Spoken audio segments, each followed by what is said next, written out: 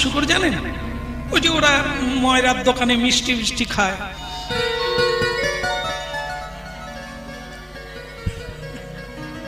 বললো রাধে রাধে রাধে। যদি মনে করবেন যে ওরা কি খায় তো নাকে চাপা দেওয়ার লাগে না? কি ভালো ভালো ওরা নোংরা খায় আর বালিশে মাথায় দিয়ে পালঙ্কে ঘুমায়। ওই নোংরা খায়, নোংরাতেই ঘুমায়, তাই না?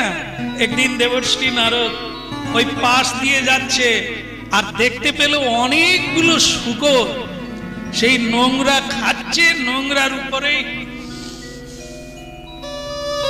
আবার কি মজা করছে পত্নীর সঙ্গে। নারদ বলি, এরে বাবা রে, তোরা উঠে ঘুমা। আরে এ কথায় শুয়েছিস রে কি? তো সেই নারদ ঠাকুর আর শূকরদের কিছু বললো না, তার মনে মনে একজনের উপরে রাগ হয়ে যাচ্ছে।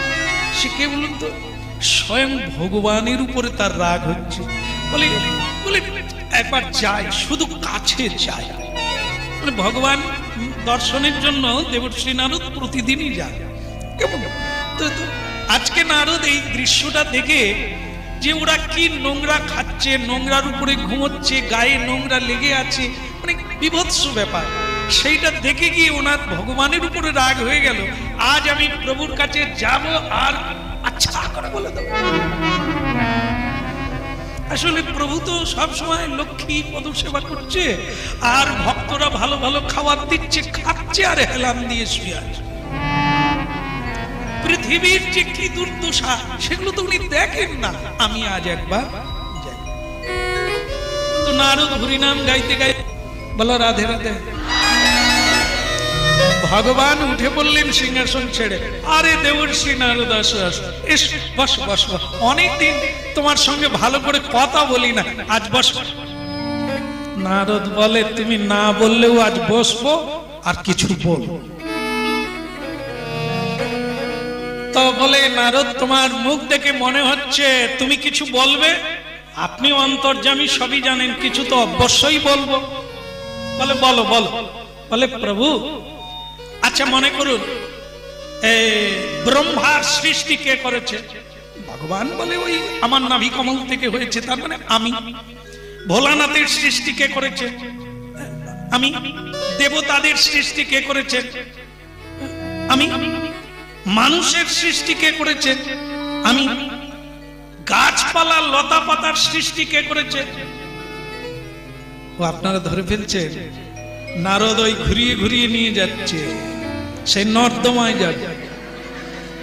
কিন্তু সেটা তো প্রথমে বলবে না, আগে ভগবানকে তো মানিয়ে নিতে হবে না। তা বলছে প্রভু তাহলে পশু পক্ষী, কেন আমি? তাহলে নর্দমায় যে মানে কৃমিকীট, এগুলোকে সৃষ্টি করেছে, আমি। তাহলে নর্দমায় যে শূকর গুলো বিষ্ঠা খাচ্ছে, তাদেরকে কে সৃষ্টি করেছে? তো ভগবান বলে আমি। এইবার আসুন, আমি ভাবছিলাম ভগবান মানবেন না, এই যে স্বীকার করে নিয়েছে, এইবার তো কথা। বলে প্রভু তাহলে দেবতারা কিসে ঘুমায়? কেন পালঙ্কে। মানুষ কিসে ঘুমায়? পালঙ্কে। তা আপনার যে সৃষ্টি শূকর, তারা কোথায় ঘুমায়?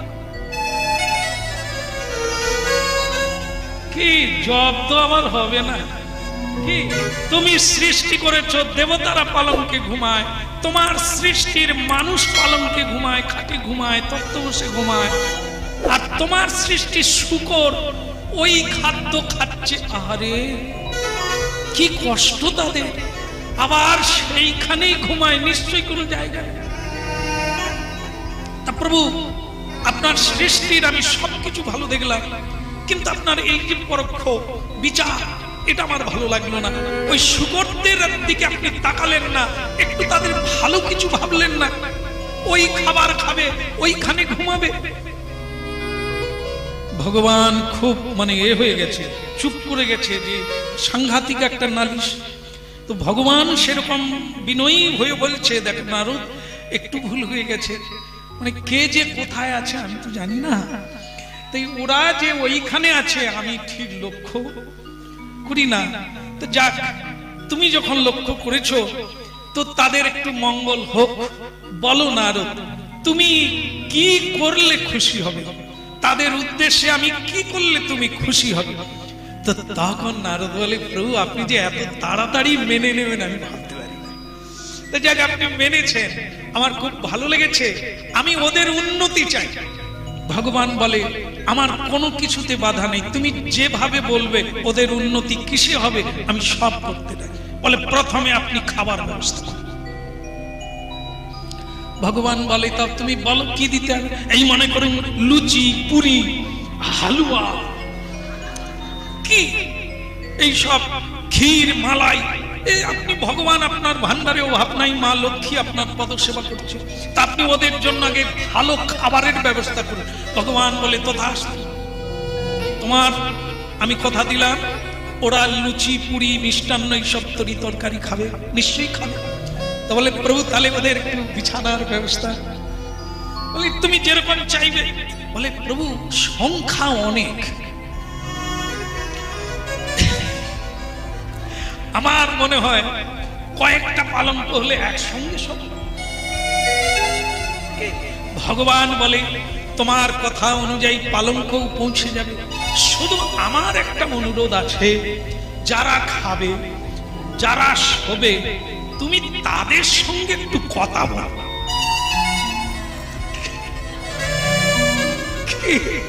তো তখন নারদ বলে, এ কথাটাও ঠিক, তাদের সঙ্গেও কথা বলা দরকার, যে আমি তোমাদের জন্য এত সুযোগ সুবিধা করে দিচ্ছি। কি এইবার নারদ ঋষি আর কি দেরি করে, বিনয় তান তুলে আনন্দে, যেরকম দেখবেন নেতা মন্ত্রী আনন্দ পায় যখন সরকার কিছু দেয়, তারা নিজেদের হাতে দেবে আর বলবে আমি দিচ্ছি, কি আমায় দেখবেন, নাও নাও নাও, তুমি ধুতিটা নাও, খাও, কোনো চিন্তা নেই।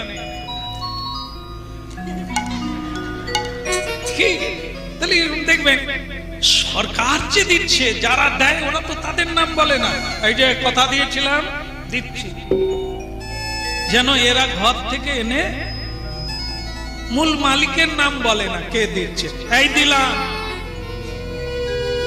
কি আর আমাকে দিও, বলো না।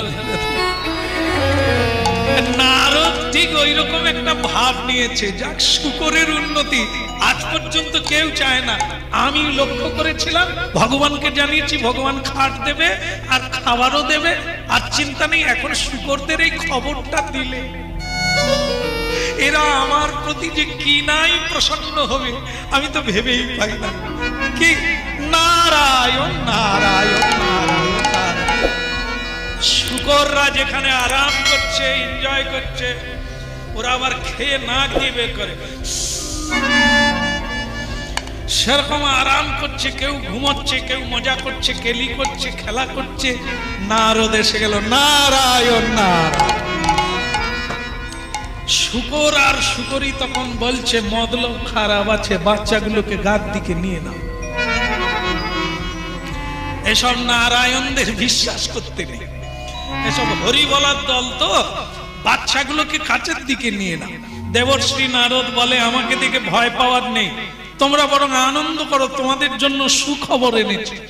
তা শুকরের যিনি হেড, মেন লোক, সে তখন নাক ঝেড়ে, ওরা তো সেই গো গো গো গো করে কথা কয়, সেই রকম এরকম করে চলে গেল, গিয়ে বলছে, আমাদের সুখবর তুমি কি দেবে, কি খবরটা সেটা বলো। বলে, তোমাদের জন্য লুচি, পুরি, মিষ্টান্ন, ক্ষীর, মালাই এসব ভগবানকে বলে ব্যবস্থা করে দিয়েছি, তোমরা খাও প্রাণ ভরে। আর একদিন কেন খাবে, আমাকে যদি তোমরা কথা দাও, আমিও কথা দিচ্ছি, তোমাদেরকে সেইখানে নিয়ে চলে যাবে, এ শুকর জন্মটাই চলে যাবে, তোমরা বৈকুণ্ঠে গিয়ে প্রতিদিন ভালো ভালো খাবার খাবে, প্রতিদিন ভালো জায়গায় শোবে।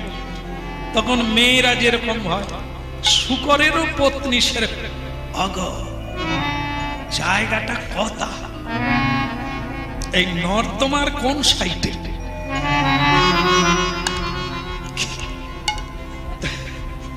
গিন্নির কথা শুনে বলে আমি তো এখনো বুঝতে পারছি না যে কোন সাইডে। ভালো করে জানি, থামো রোমার মা, তোমাকে বলবো কি। তো এইবার নারদকে বলছে, এই যে খঞ্জনিওয়ালা, তা তুমি যে সব জায়গার কথা কইছ, তা সেটা আমাদের পিছনের দিকে না সামনের দিকে? কোন দিকে গা? নারদ তখন বলে এখানের কোন দিকে নয়। তাহলে কোন দিকে? ওপর দিকে। আমি বলেছিলাম না এর মতলব খারাপ। ওপর দিকে মানে তো মরা গো। দেখো বাপু, কি সুখে না আছি। এই সুখের সংসারকে আপনি নারায়ণ নারায়ণ করে ভাববেন না। খুব ভালো আছি আমরা, মজা করে আছি।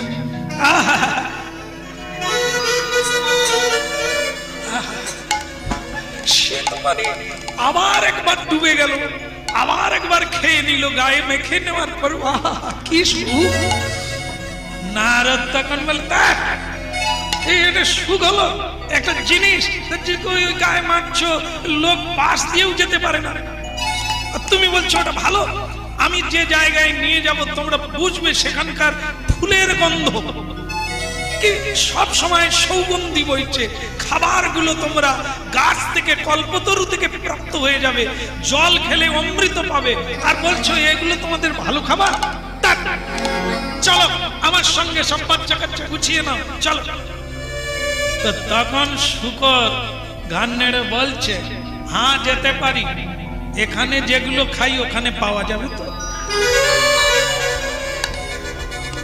তা নারদ খালি বলে আমি যে ভগবানকে কথা দিলাম যাবে তো। নারদ তখন বিনাকে পিছন দিকে রেখে দুটো হাত জোড়ে করে বলছে, বাবরে তোরা কি এটাই সারা জীবন খাচ্ছিস? বলে হ্যাঁ। বহুত আচ্ছা, তুমি খাবে? নারদ তখন তার ওড়নাটা নাকে চেপে বলছে, ওরে খেতে হয় পরে খাবো, তোরা আগে খাবি চল, তারপর তোরা এটা খাবি আর আমাকেও খাওয়াবো। আমি যেগুলো খাই সেগুলো তোরা খাবি চল। তখন তার গিন্নি বলছে, কথা নষ্ট, সময় নষ্ট করো না, তুমি ওনাকে বলে দাও যদি এই বিছানা সেখানে থাকে, যদি এই খাবার সেখানে পাওয়া যায়, নিশ্চয়ই আমাদের বংশ সমেত সেখানে যাবে। নিতাই গৌর বলো রাধে রাধে। আপনারা শুধু নিজেদেরকে আর আশপাশে একটু চিন্তন করবেন। নারদ ঋষি প্রতিদিন আমাদের কাছেও আসে সাধু গুরু রূপে, মহান্ত রূপে। আমরা শুধু বলি যেগুলো খাই ওগুলো পাওয়া যাবে তো? আমরা যেরকম মজা করি এ মজা করা যাবে তো? ওরা বোঝাতে পারে না, আমরা আজও পর্যন্ত বুঝি নাই। এ কি আছে? এ তো ছায়া মাত্র আনন্দ, এ তো আভাস মাত্র। প্রকৃত আনন্দ তো এটা নয়। প্রকৃত আনন্দ আনন্দময়কে প্রাপ্ত হলে সে সুখের কাছে কোন সুখ।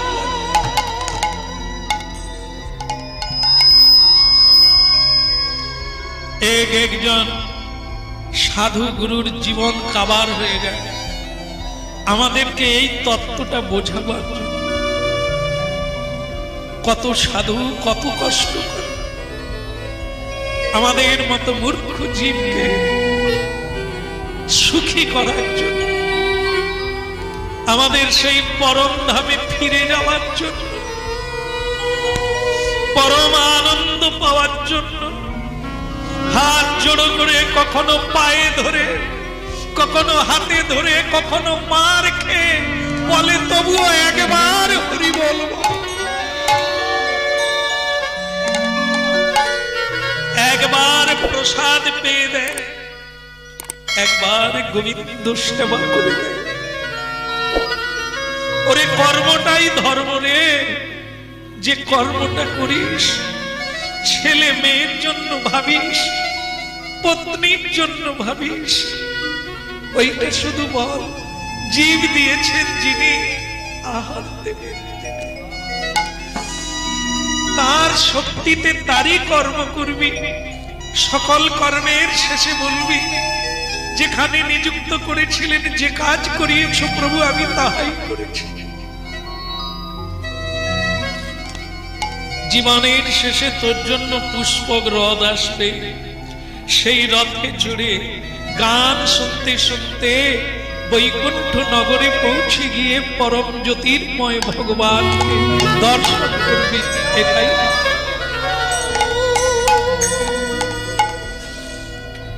বন বিষ্ণুপুরে হেমলতা চোখের জল মুছে বলছে, বাবা সকল মানুষ একদিন দেবতায় পরিণত হবে। শুনতে শুনতে একদিন না একদিন মানুষ বুঝতে পারে। যারা বুঝে তাদেরকে টেনে ছাড়ানো যায়।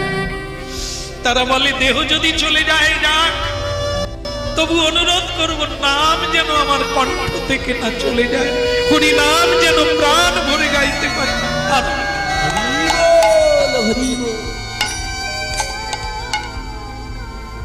এখানে আসে ব্যাংকের ম্যানেজার, আসে কলেজের ম্যাডামও এখানে আসে, চোখের জলে বলে প্রভু জীবনে অনেক পেয়েছি, কোনো কিছুতে সুখ নেই, এবার আপনার চরণে এলাম, আপনি আমাদের সন্ধান দেন, কি করে সেই অমৃতের সন্ধান পাবো, কি করে সেই চিরসুখী হওয়া যায়, কি করে প্রেমময়ের কাছে পৌঁছানো যায়। আমি বলি আমার শ্রী গুরুদেব সেই ব্যবস্থাই করেছে। শুধু শ্রবণেহি মঙ্গলম, শুনতে থাকুন, আপনার পরিচয়টা আপনি প্রাপ্ত হয়ে যাবেন। প্রথম কীর্তন করুন, আপনি নিজেকে চিনতে পারবেন। তারপরে যদি সময় থাকে আপনি বুঝতে পারবেন আপনি কৃষ্ণের দাস, তখন গোবিন্দ সেবা করার সুযোগ পেলেন।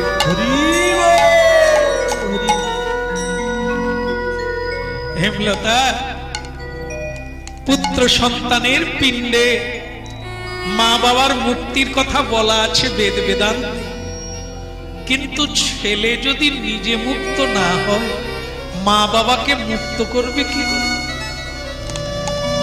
সুরাপান করে মা বাবার শ্রাদ্ধ করলে সে বেদ মন্ত্র কোনদিন পিতামাতাকে উদ্ধার করতে পারে না। ভাগবত মাহাত্ম্যে আছে, ধুন্ধুলি মহাপাপী গোকর্ণের মতো মহাসাধু তাকে গয়ায় দিয়ে আসতে গেল, কিন্তু গয়ায় সব কাজ করে বাড়ি ফিরল, কিন্তু তার ভাই গয়াতে গেল না, আবার ফিরে ঘরে পৌঁছে আবার অন্যায় করতে শুরু করলো, অত্যাচার করতে শুরু করলো। মা যাবে কিসে?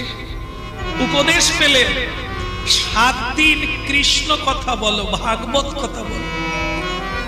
পেত আত্মা, ওই আত্মা পাপ থেকে মুক্ত হয়ে বৈকুণ্ঠে যাবে। ভাগবত কথা পৃথিবীতে আর নান্যপন্থা কোন পথ নেই।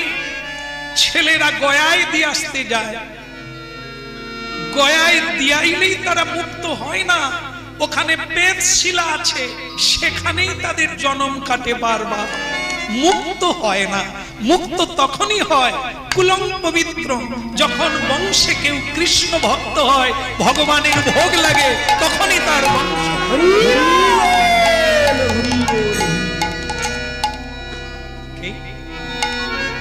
ওরে হেমলতা, পুত্র কন্যা তো তখনই চাইবি, তত্ত্বটা আগে বুঝে। আর বোঝানো লাগবে না বাবা, আমার নিজের মুক্তি, এমনকি বংশের মুক্তি পর্যন্ত হয়ে যাবে আমি যদি গোবিন্দের দাও। বাবা আমাকে কৃষ্ণ সেবা দাও। শ্রীনিবাস আচার্য বৃন্দাবন থেকে এনেছিলেন, উনি বংশী বদন নামক একটি শালগ্রাম ছিল, যেটা উনি নিজে পুজো করতেন, নিজে কাঁদতেন, নিজে গাইতেন, তাকে গলায় ঝুলিয়ে রাখতেন। সেইটা নিয়ে নিজের মেয়েকে দিয়ে দিলেন, বললেন মা আমার ইষ্টদেব, আমার ভগবানকে আমি তোর হাতে দিয়ে। বলো রাধে রাধে। তাহলে আপনারা লক্ষ্য করুন, ছেলে হলেই বংশ উদ্ধার করে তা না। যদি কৃষ্ণ ভক্ত হয় সে ছেলেও পারে, আর যদি কৃষ্ণ ভক্তিমতী হয় সে মেয়েও পারে বংশ উদ্ধার করতে।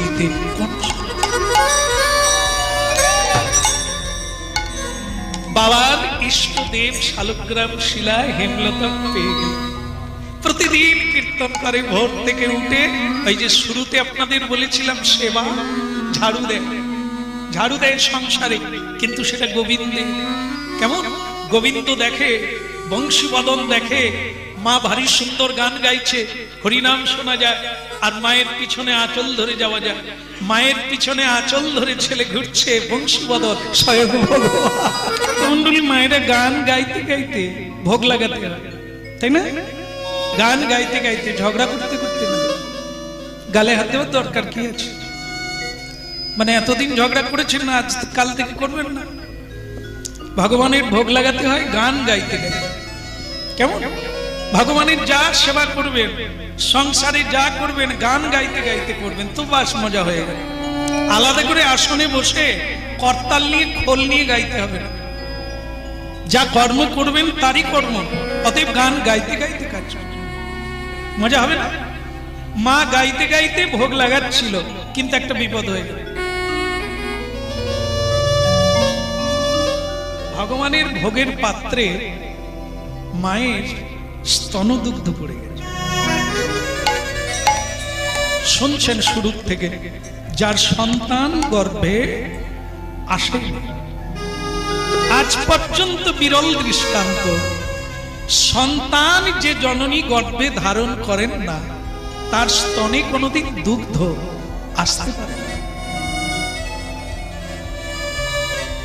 ভক্তি জগতে এমন বিরল দৃষ্টান্ত, এমন অসম্ভব এ দৃষ্টান্ত আধ্যাত্মিক জগৎ। যে মা গর্ভে সন্তানই ধারণ করলেন না এখনো, তার স্তনদুগ্ধ এলো কি করে? সেই স্তনদুগ্ধ ভগবানের গান গাইতে গাইতে, ভোগ লাগাতে লাগাতে পাত্রে পড়ে গেছে। যেই দুগ্ধ পাত্রে পড়ে গেছে, হেমলতা মা কান্নায় ভেঙে পড়লে, বংশীবদন, ওগো গিরিধারী, আমাকে ক্ষমা করে দাও, এ ভুল আমি আর করব না। এ কি হলো? আমার স্তনক্ষীর যে তোমার খাবারে পড়ে গেল, নৈবেদ্য অশুদ্ধ হয়ে গেল, ক্ষমা করে দাও। আমি এখনই তোমার জন্য নূতন করে পাক করে আনি, নূতন করে নৈবেদ্য আনি, আমাকে তুমি ক্ষমা করে দাও।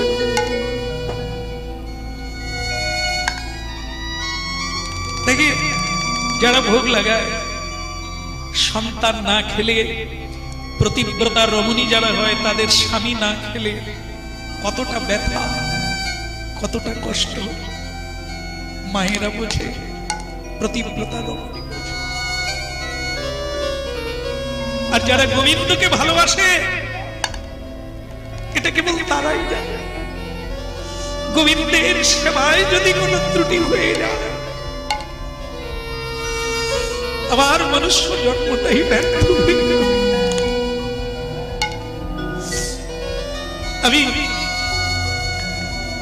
আমি কোন লালসায়, কোন কামনার দ্বারা ভগবানের পুজো করছি? ভগবানের ভোগে বাধা, ভগবানের সেবা হলো না। দেখুন, আমরাও কাঁদি, সংসারের সন্তানের জন্য কাঁদি, স্বামীর জন্য, পত্নীর জন্য, বিষয়ের জন্য, আত্মীয়ের জন্য কাঁদি না, কেউ তা নয়। আজকে হেমলতা মাও কাঁদছে, কিন্তু আমাদের কান্না আর ওনার কান্না আকাশ আর পাতালে যেরকম প্রভেদ, লোহাতে সোনাতে যেরকম প্রভেদ, এক কান্নারও মূল্য তেমনি। কৃষ্ণের জন্য কান্না আর এ নশ্বর সংসারের জন্য কান্না।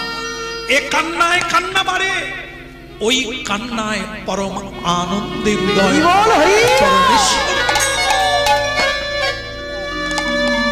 ওই কান্নায় বন্ধন টুটে আর সংসারে কারো মোহ পড়ে কাঁদলে সে কান্নায় বন্ধন আরো বাড়ে।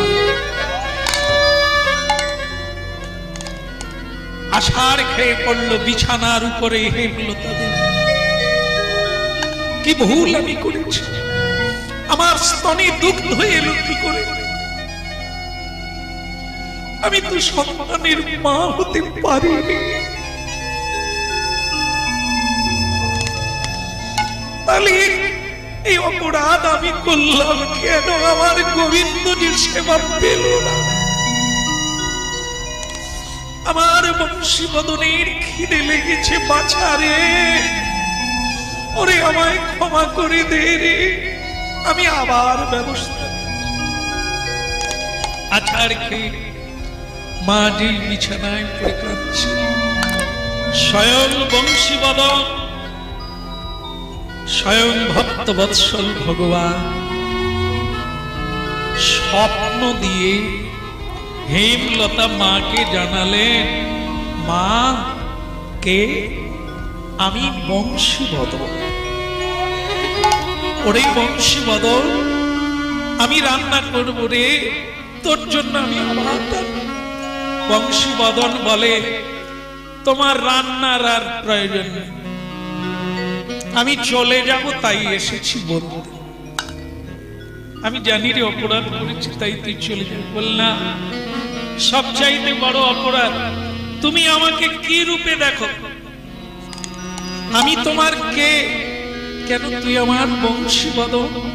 তা তো বটে, কিন্তু আমি তোমার কে সেটা তো বলা হলো না। বংশীবদন বললে তো নাম বলা হলো, কিন্তু আমি তোমার কে? ভগবান কি প্রেমের কাঙাল! এইটুকু শোনার জন্য একটা বাচ্চা ছেলের মতো মাকে পীড়া করছেন। তুমি আগে বলো আমি তোমার কে? হেমলতা দেবী বলে ফেলেছেন, কেন? তুই আমার ছাওয়াল, মানে তুই আমার ছেলে বংশীবদন। আমি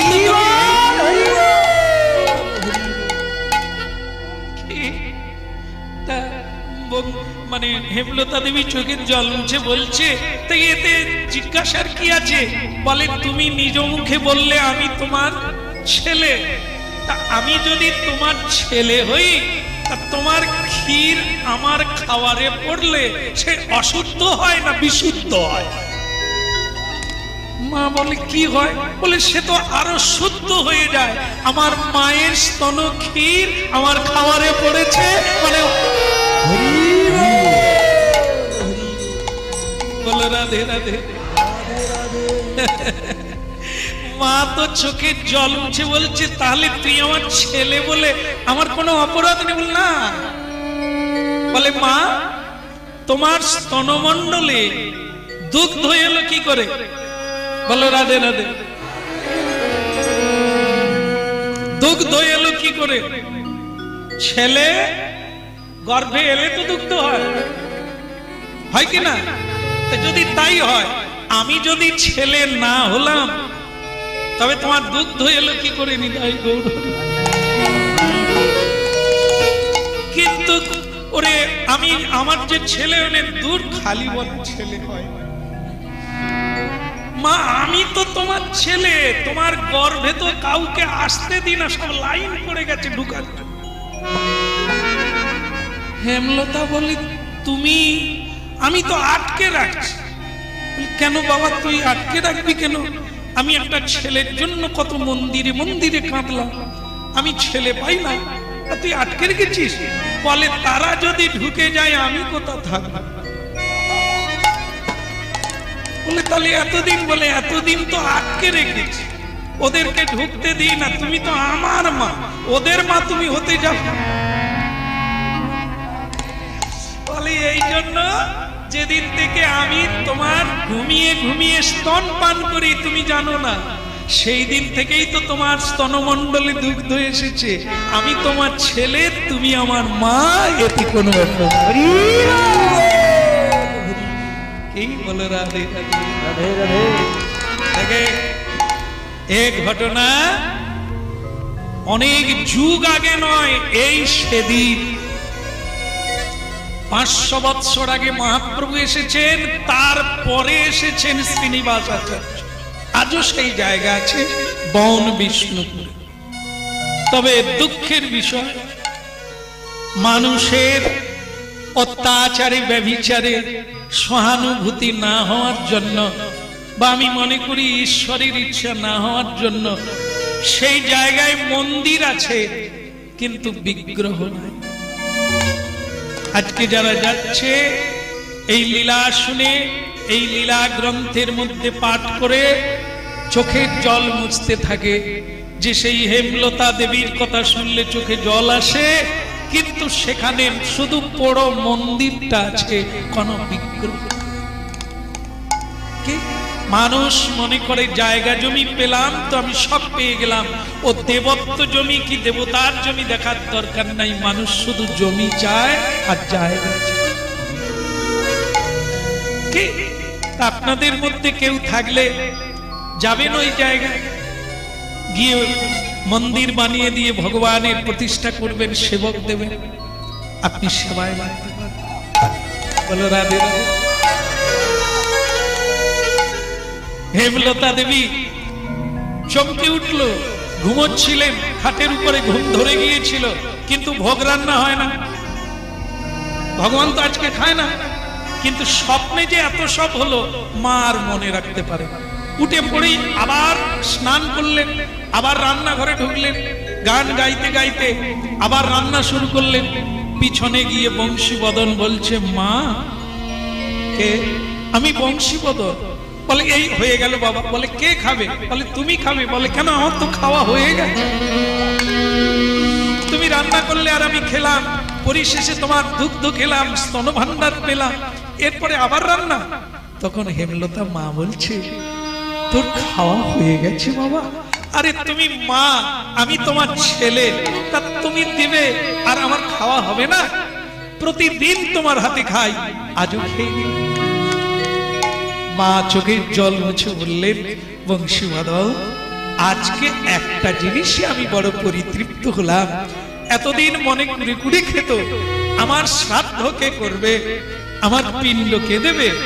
এখন ভাবছি পিণ্ডর দরকার নাই, শ্রাদ্ধেরও দরকার নাই, জন্মে জন্মে যেন তোমাকে পাই।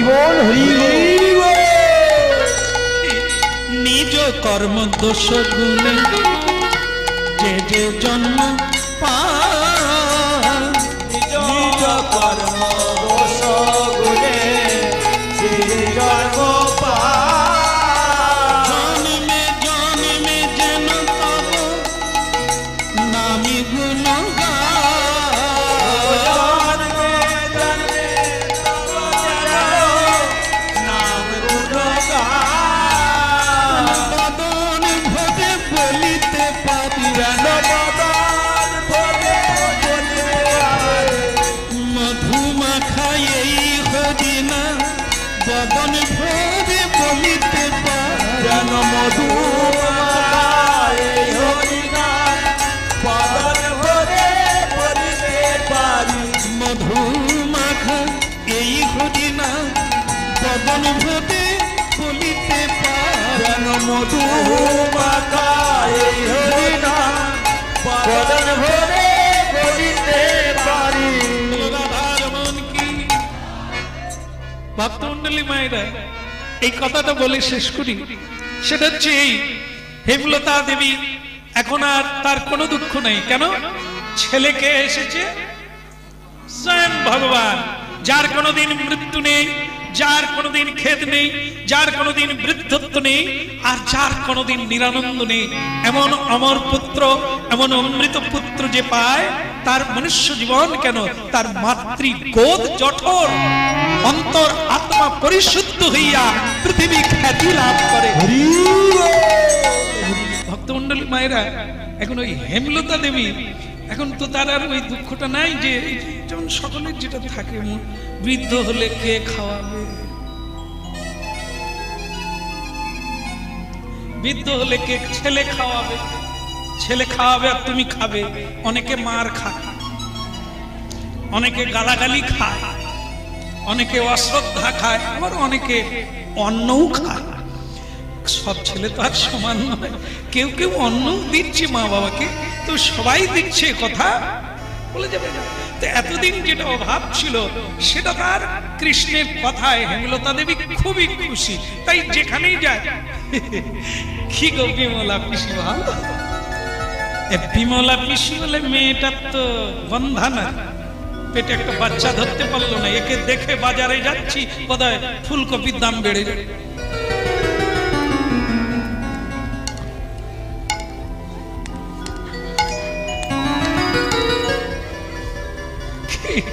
এই জন্য একটা লগ্ন আছে, দেখে বার হতে হয়। ঠাকুর প্রণাম করে বার করতে, কার মুখ দেখে বেরিয়েছিলাম, এ বাঁচা মেয়ে বন্ধা মেয়েকে দেখতে পেলাম, বাজারে যাব, ফুলকপির দাম কি নাই কি বেড়ে যাবে। হ্যাঁ, দাঁত বের করার কারণ কি? তোমাকে তো এর আগে আমি হাসতে দেখিনি, তা বলো তো হেমলতা তোমার ব্যাপারটা কি? সে হেমলতা বলি পিসিমা, বিমলা পিসি, যার যখন দুঃখ মিটে যায় তার জীবনে তখন সুখ এসে যায়, তা তার কি হাসতে মানা আছে পিসিমা? সে বলে মরণ দশা, মানুষের সুখ দুঃখ তো একটা সন্তান হলে, সেটা তো তোর হলো না। সে তখন বলে পিসিমা আপনার হয়েছে।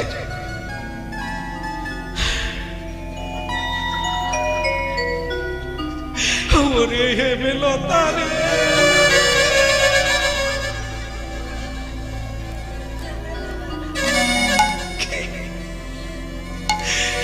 কালকে 3 ছেলে মিলে রাত্রে মিটিং করছে, আমাকে কাশিতে বৃদ্ধাবাসে রেখে আসে। ওরে হেমলতা রে,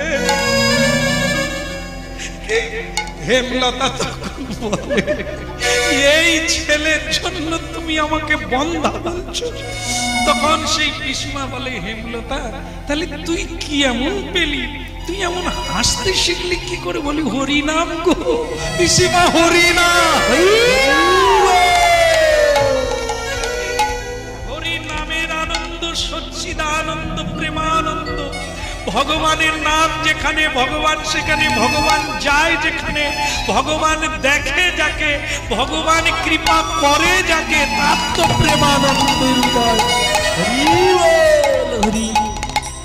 অনেকে বলেন না স্বামী কাজ পেয়ে গেলে, বলেন না আপনারা ভগবান মুখ তুলে চেয়েছে, তার মানে ভগবান চেয়েছে বলেই আপনার জীবনে সুখ এসেছে। হেমলতা বলে আমার জীবনে সুখ এসে গেছে, কি আমি আর বন্ধা নই পিসিমা। তাহলে কি? বলে আমার ছেলে আছে। বলে তোর ছেলে আছে কি নাই জানি না, তবে ছেলে যে আছে তোকে দেখে তাই মনে হচ্ছে তুই হাসতে পেরেছিস, তুই গাইতে পেরেছিস, তোর ভেতরে প্রেম এসে গেছে। হ্যাঁ কি করে? বলে পিসমা ছেলে চাইতে হবে না, কিচ্ছু চাইতে হবে না, শুধু একটু কীর্তন করো। যে সুখের জন্য মানুষ ছেলে চায়, মেয়ে চায়, বৈভব চায়, সে সকল বৈভবের মালিক হচ্ছে হরি নাম। সেই হরি নাম রূপী কৃষ্ণ যদি কারো হৃদয়ে এসে যায়, তার কি আর দুঃখের অভাব থাকে মা? তাই আমার ছেলে এদিকে কলা বাগানে যে আর কেউ ছিল সেটা দেখে না। কি কলা বাগানের ভিতরে 95 বৎসরের বৃদ্ধরা এতক্ষণ লুকিয়ে লুকিয়ে শুনে, তারা বলছে যে বিমলা এত কথা বোঝো, এ কথা বোঝো না, এ ছেলে হয় না। বলছে ছেলে হয়েছে, তার মানে কোন পুরুষের সঙ্গ এ নিয়ে ওই লোকেরা তো ভালো কিছু দেখতে পায় না। চারদিকে ঘাটে, হাটে, বাজারে, পথে, এই যে ওই যে কথা থাকে। আরে পৃথিবীতে আছো তো, গায়ে চিমটি কেটে দেখো বেঁচে আছো না মরে গেছো? তাহলে কি লোক বলো তো, এত লোকে জেনে গেল, এত লোকে জানছে, তুমি জান? ওই যে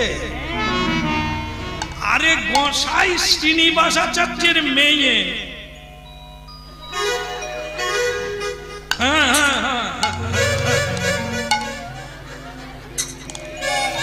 যতদিন ছেলে হয় না, সে গোপী বল্লভকে তোমরা জানো, সাধু মানুষ, বোধহয় ডাক্তারও বলে দিয়েছে ছেলে হবে না, হলো কি করে? ব্যাপার আছে। এইবার যে যেরকম যে দিকটা দেখে, সোজা দিক কেউ দেখে, উল্টো দিক কেউ দেখে, চায়ের দোকানে, বাজারে, নানা, হ্যাঁ চলো মর যে যার মর। কিন্তু একদিন কি করলো, গোপী বল্লভ বলছে, দেখো হেমলতা, তুমি যেসব ঘটনা বললে না, আমিও স্বপ্নে ওই সবই দেখি। মানে বংশীবদন আমার গলা জড়িয়ে ধরে আদর করছে, বংশীবদন আমার হাত ধরে মাঠে যাচ্ছে, জানো ভালো লাগছে। এই খুশিতে একটা কাজ করো, ভক্ত বৈষ্ণব গ্রামবাসীদের একটু নিমন্ত্রণ করে প্রসাদ দান করো।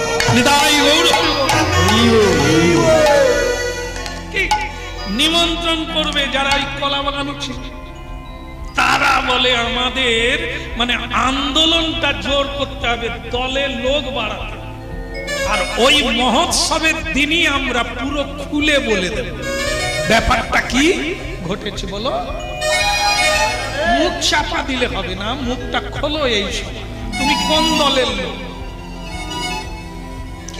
সমাজে সব কাজ চলতে দেওয়া হবে না, চলো যাই।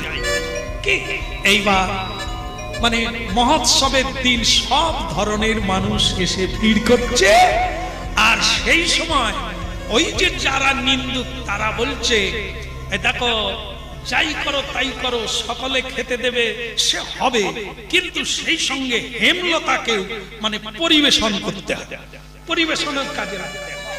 কি তো কেন বলুন তো, ওই যে নিন্দুক যারা, তারা ঠিক করেছে ওই পরিবেশন করতে এলে ও রমণীকে পরীক্ষা করা যাবে।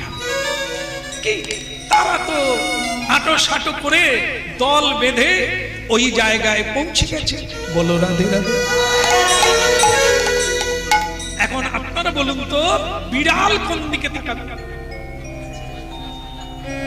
বিড়াল সব সময় শিকের দিকে তাকায়।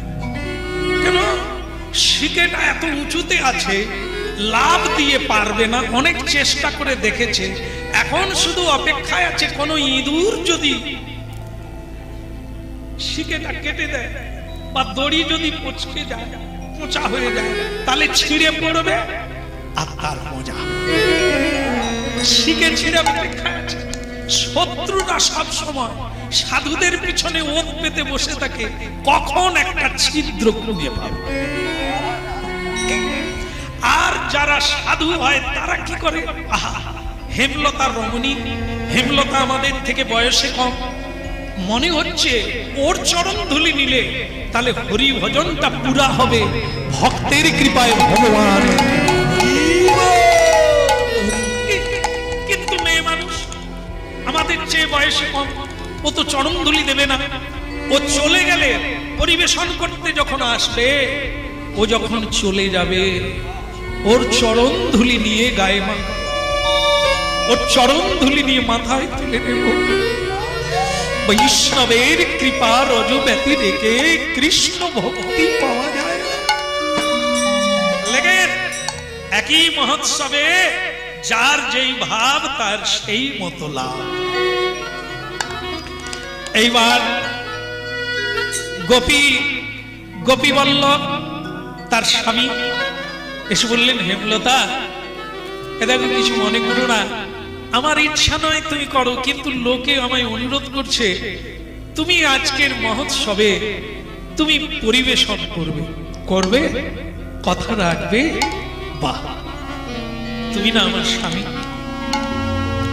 তোমার কথা রাখার জন্যই তো আমার এই সংসারে আসা।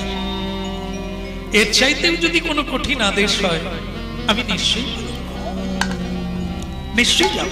এ তো ভালো কথা, সাধুগুরু বৈষ্ণবের ভক্তের মানুষের সেবা করব, এর চাইতে আর খারাপ কি আছে, এর চাইতে ভালো কি আছে? নিশ্চয়ই যাব, নিশ্চয়ই।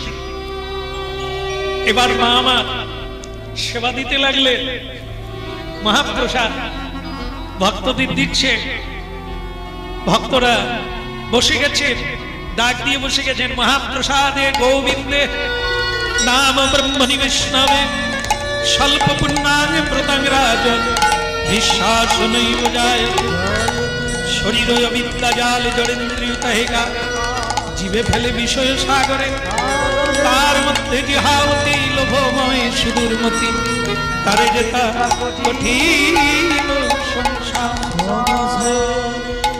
আমার কৃষ্ণ বড় দয়াময় করিবারে জিহাজ সব প্রসাদ অন্ন দিল ভাই সেই প্রসাদে অন্নামৃত পাও রাধা কৃষ্ণের গুণ গাও প্রেমে ডাকো চৈতন্য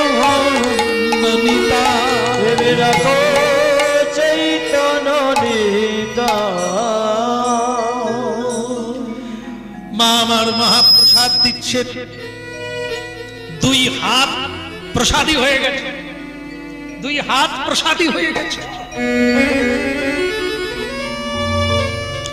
এমন সময় দৈবের মহাবল যে দৈবকে কেউ আটকাতে পারে না সেই দৈব সংযুক্ত হয়ে গেল আমার মায়ের ঘোমটা খুলে গেল হেমলতা মায়ের বাতাসে ঘোমটা খুলে গেছে গায়ের কাপড় উঠছে কিন্তু প্রসাদী দুই হাত তার শাড়িটা ধরতে পারলো না মাথায় তুলতে পারছে না এরকম সংকটে পড়ে গেলেন মা কিন্তু পরিবেশন করছেন খুবই শ্রদ্ধেয় এবং সাধু সজ্জনের মাঝখানে বুদ্ধজন জ্ঞানীজন যারা প্রসাদ সেবা করছেন মায়ের দিকে লক্ষ্য করছেন শরীর দেখা যাচ্ছে মা আমার পরিবেশন করছেন কিন্তু অসুবিধে হলো এটাই তিনি অনেক চেষ্টা করছেন দুটো হাতই তো প্রসাদ পরিবেশনের জন্য বন্ধ প্রসাদী হাত দিয়ে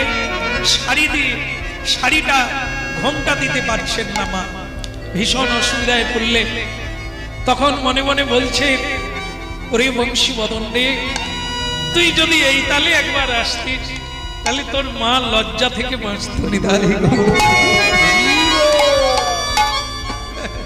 বংশী বদন আড়াল থেকে বলছে মা আজকের যজ্ঞটা তো তোমার পরীক্ষার জন্য দ্রৌপদীকে যদি দুঃশাসন না টেনে আনতো ভগবান কৃষ্ণকে কি কেউ জানত দুঃশাসন কাপড় টানলো দোষ হলো তা কৃষ্ণ যে শাড়ি জোগালেন যদি না টানতো শাড়ি কি দিতে আসতে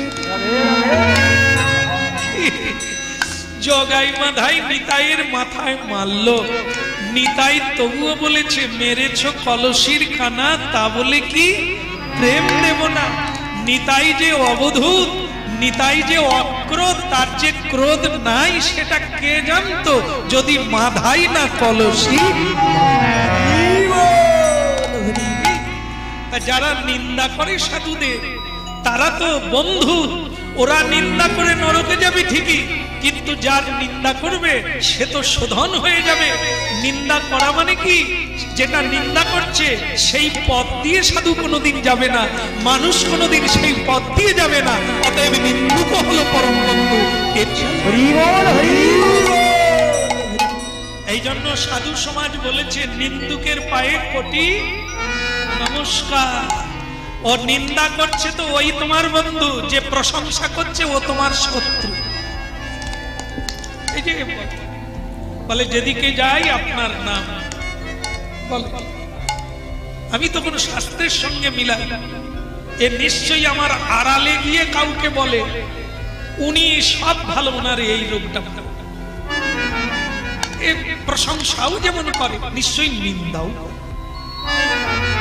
শুধু তোমাকে খুঁটি রূপে দেখাচ্ছি তুমি সেই লোক রাধে রাধে এই জন্য প্রশংসার চাইতে নিন্দা ভালো সে আমার দোষ বের করছে কি ওই দোষটা শোধন করে নিলে আমি সংশোধন হয়ে যাব আর যে প্রশংসা করে সে আমার দোষ দেখে না তো দোষটা থেকে যাবে আর আমি অহংকারে ফুলে উঠব এই জন্য নিন্দুকের পায়ে কোটি কিন্তু মায়ের কি হবে বংশী বদনে গায়ের কাপড় কি করে দেবে মাথায় ঘোমটা কি করে দেবে ও মায়েরা কি করে দেবে আপনাদের কোনো জানা আছে এরকম বিপদে পড়েছেন ঘুমটা গেছে গেছে কি জানি গায়ে কাপড় নেই তো কি যায় আসে, আমি কি করব? এরকম অনেক মায়েরা আছে, সে তো ঘোমটা দেয় আর তখনই খুলে। কিছু কিছু আগেকার মা আছে দেখবেন এখনো মুখ দেখা যায়, মানে ছেলে এলেও ঘোমটা দেয়, আত্মীয় এলেও ঘোমটা দেয়, পাড়ার লোক এলেও ঘোমটা দিয়ে বসে। আর বর্তমানের অনেক মায়েরা আছে, সব মায়েরা না, কিছু মায়েরা এখন তো আর ভাসুরকে ভাসুর নয় দাদা বলে, কি বড়, আর স্বামীকে নাম ধরে ডাকে বিম, যেন মনে হয় ওনার পেটের ছেলেকে ডাকছে। আমি আর কোথা থেকে পাবো মা? এ তো এই রাস্তায় রাস্তায় ঘুরি আর দেখি, কি সংসারে সংসারে যাই আর এসব শুনে বাড়ি আসি। এই জন্য একটু বলা হয়ে গেল, কিছু মনে করবেন না, বলো রাধে রাধে। তা সেই মা কি করলেন এটা বলবো আর শেষ করবো, বলো রাধে।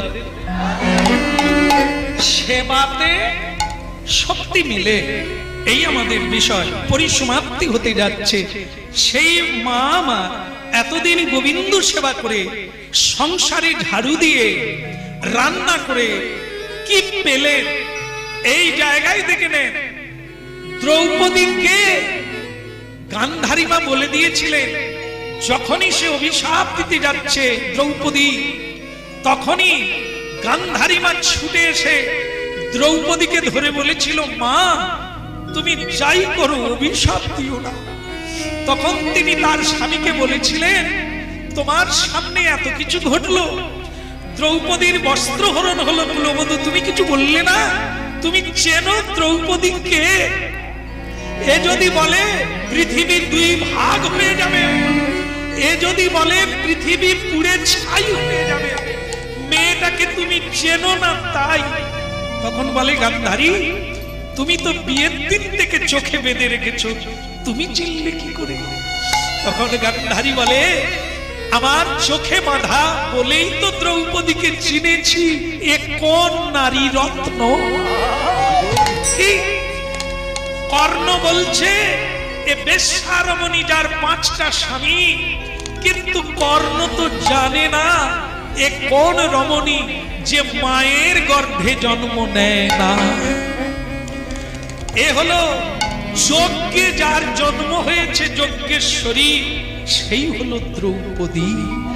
এ সামান্য নারী না, এর জন্য বংশলোপ পাবে যদি একে আর অপমান করে। কথাগুলো জেনে রাখবে। সাধুর মর্যাদাহানি হলে কারো বাড়িতে, কোনো গৃহে, কোনো গ্রামে, কোনো বংশে, তার লোভ পেতে একটা সময় আছে। বলেছিল বিদুর, 12 বৎসর পরে ধ্বংস হবে এই বংশ, আজকের ঘটনার জন্য। তাকে প্রশ্ন করেছিল, 12 বৎসর কেন? বলে এই পাপটা সুদে আসলে আরো বাড়বে, দুর্যোধন আরো অন্যায় করবে, ধৃতরাষ্ট্র আরো অন্যায় করবে, 12 বৎসর লাগবে ভাঁড়টা পুরো হতে, কলসি ভরে যাবে, 12 বৎসর পরে যুদ্ধ হবে, তখনই কুরু বংশ।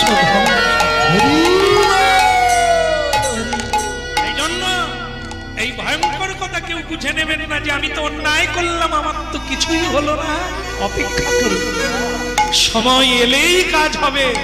এই জন্য সাবধান, কুমতলব এলে ভগবানের নাম কীর্তন করুন, যাতে আপনার দ্বারা কুকর্ম না হয়। কারণ ওর ফল কোনো দেবতা নেবে না, আত্মীয় নেবে না, আপনাকেই ভুগতে হবে। নিতাই গৌর। হেমলতা মা মনে মনে বংশীবদনকে জানালেন, বংশীবদন রে, এখন একবার এলে ভালো হতো রে, আমার ঘোমটাটা তুই দিয়ে দিতিস, গায়ে কাপড়টা খুলে যাচ্ছে। কি হলো জানেন? এদিকে গোপীবল্লভ তার স্বামী ইতস্তত হচ্ছে, এ তো হেমলতা লজ্জায় পড়ে গিয়েছে বেচারি। ওগো ঠাকুর দয়া করো গো, মেয়েটাকে পরিবেশন করতে বলেছে, মেয়েটা গিয়েছি কিন্তু গায়ে কাপড়টা খুলে যাচ্ছে, 2 হাত বন্ধ, কৃপা করো গো। মেয়েটার লজ্জা রাখো গো। কি করলো জানেন? অবাক পানে সবাই তাকিয়ে আছে হেমলতার দিকে। হেমলতা দেবী কি করলে? দুই হাতে প্রসাদ ধরে আছে, আর দুটো হাত বের করলো নিজের শরীর থেকে। সেই দুটো হাত দিয়ে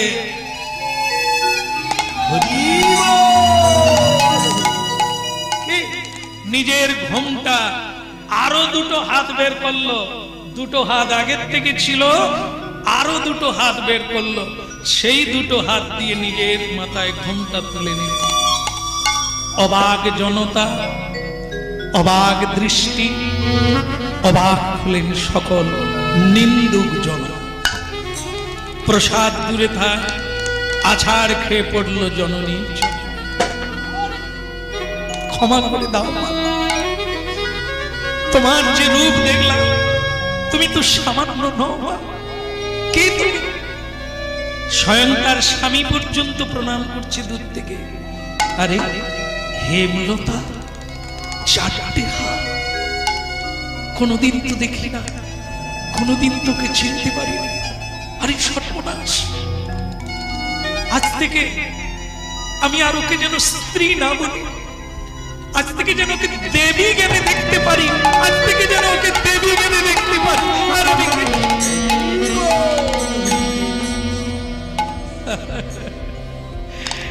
বৈষ্ণব সাধু সজ্জন মহাপ্রসাদ, এই যেন অমৃতের হাট ভাঙা হাটে। সেই প্রসাদের উপরে ঘোরাঘুরি দিল বহু ভক্ত। সেই প্রসাদ নিয়ে লোকে গায়ে মারতে লাগলো। সেই প্রসাদ বদনে মাথায় দিয়ে পাগলের মতো চিৎকার করে বললে, ওগো জননী, চরণে ঠাঁই দাও, সন্তান জ্ঞানে দেখো মোদের, যেন তোমার কৃপায়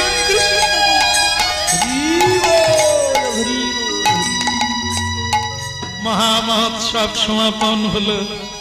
চোখের জলে ধুইয়ে গেল মহোৎসবের স্থান। ধাড়ির ভেতরে এলো, স্বামী কাঁদছে। হেমলতা বলছে, স্বামী, আমি কি কোনো অপরাধ করলাম? তোমার চোখে জল কেন?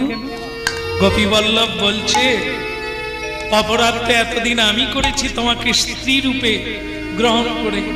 আমাকে তুমি ক্ষমা করে দাও। হেমলতা বলে, আমি বুঝতে পারলাম না কি করেছি। লোকেরা পায়ে ধরতে চায়, আমার কাছে হাজার হাজার সাধুগুরুরা কাঁদছে, আমি বুঝতে পারছি না কি এমন আমি করেছি। তুমিও কাঁদছো, আমাকে নমস্কার করছো কেন? আমি কি করেছি? বলে, তুমি আবার দুটো হাত কি করে বের করলে? কি করে তুমি ঘুমটা দিলে? হেমলতা বলে, কই আমি তো জানি না। বলে, তাহলে তুমি কি করে করলে এটা? বলে, আমি শুধু মনে মনে বংশী বদনকে দেখেছিলাম যে, বংশী বদন, তোমার মাকে তুমি রক্ষা লেগে। যে করেছে সে জানে না, কিন্তু শক্তিটা পেল কোথার থেকে? বংশী বদন দিলেন, সেই শক্তি প্রাপ্ত হলো। মন্দিরে গিয়ে বলছেন, বংশী বদন, এ তুমি কি লীলা দেখালে? আমি যাকে প্রণাম করি তারাও আমাকে প্রণাম করে, এ তুমি কি লীলা দেখালে বলে? তখন বংশী বদন বলে, তোমার সেবার শক্তি তুমি লাভ করেছো, দিতে আমি বাধ্য, তাই জগৎ দেখেছি। ভক্তমন্ডলী মায়েরা, আপনাদের এই প্রণাম আর নাম ভজন সাধন কোনোটাই ব্যর্থ যাবে না। ব্রত সবকিছুর শক্তি আপনারা অর্জন করছেন। জন্ম জন্মান্তরে যখন পুঁজি হয়ে দাঁড়াবে, তখন ভগবত কৃপা অবশ্যম্ভাবী।